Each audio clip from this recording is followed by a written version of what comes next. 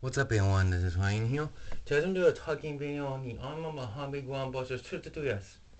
We hope some point this thing will get fixed this weekend. I'm really hope at some point this thing will get fixed this weekend because I want to try this again. Because I really do want to try this again this year. Because see, this doesn't steer. You can see which is that's a pain. You see, I've got this thing you can see because I really want to get this thing used again this year, second for 2006 season. But as you see, this thing's in good shape. What's that one?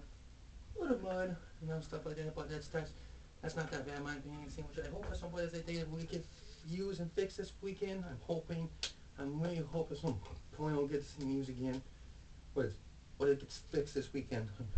I really hope so this thing will get used at some point because I want to drive this again because I really do like to drive this again because you see stuff at this machine because it just doesn't steer, which is that type of see how stuff at this machine so it definitely will be used again this second for 2006 season.